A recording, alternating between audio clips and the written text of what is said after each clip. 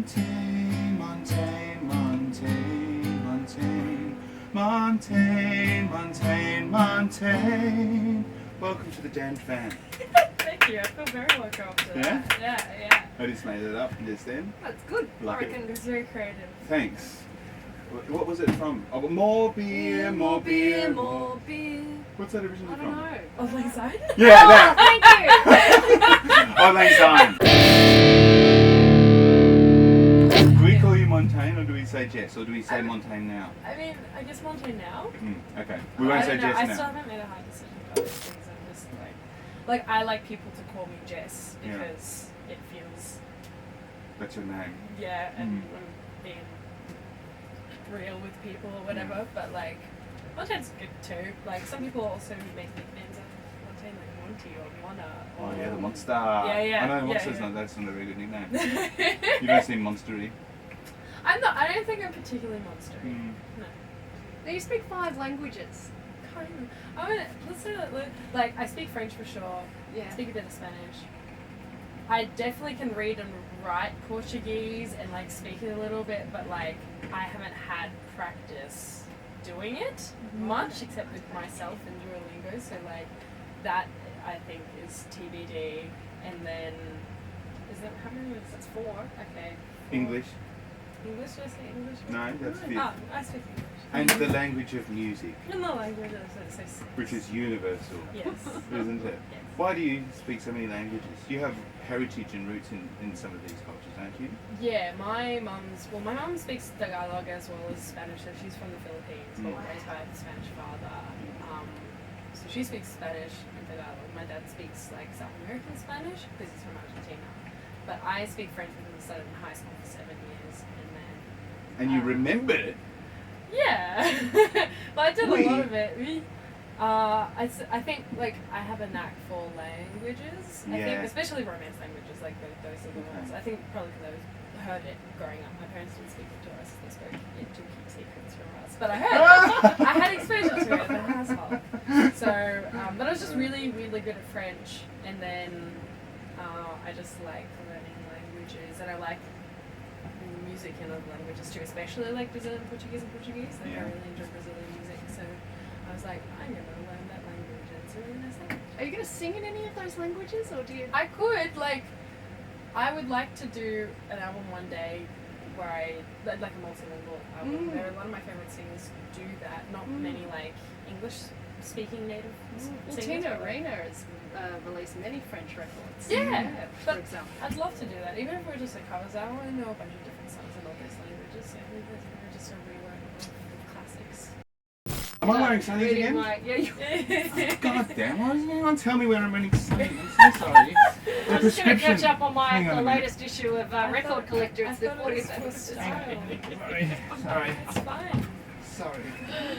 Oh, I love it.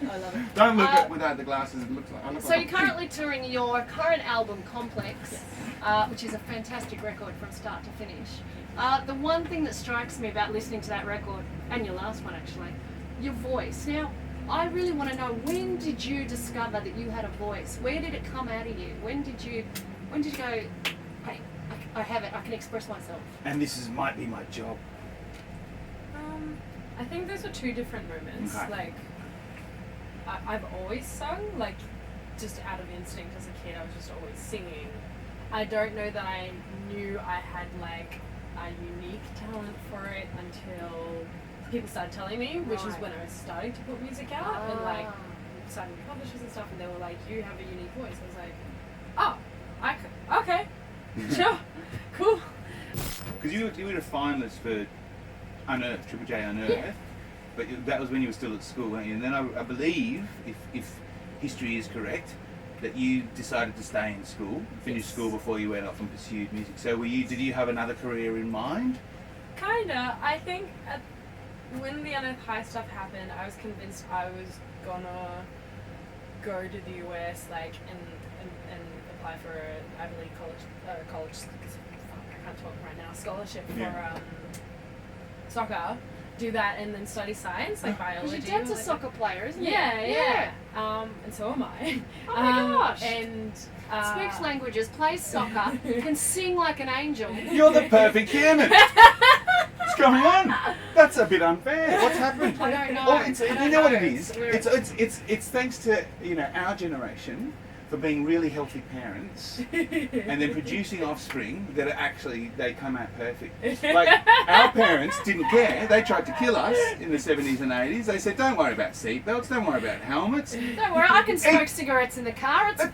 I can smoke on the plane. I'm in the smoking section. Here, have a cup of sugar. Go and play on the freeway." Now everyone's healthy. Oh, I don't eat salami when I'm pregnant and all that kind of stuff, and you end up with perfect humans. Oh my god. It's a brave new world. So are your parents behind the music? Do they get it? Do they get the music thing? They're not good at music, but they love me. Do they sit there watching your videos on YouTube? Yeah, all the time. Like their life. Sometimes I worry that they live vicariously through me, Aw. but they're very supportive and like love music. And so do they go and tell all their friends and go to the shops and go, Oh, my yeah. daughter's Montaigne? What's Yeah, the most yeah, embarrassing thing that's happened Yeah. through your parents? I think there was one moment, I can't remember the exact context, but we were like at the dentist or something like that.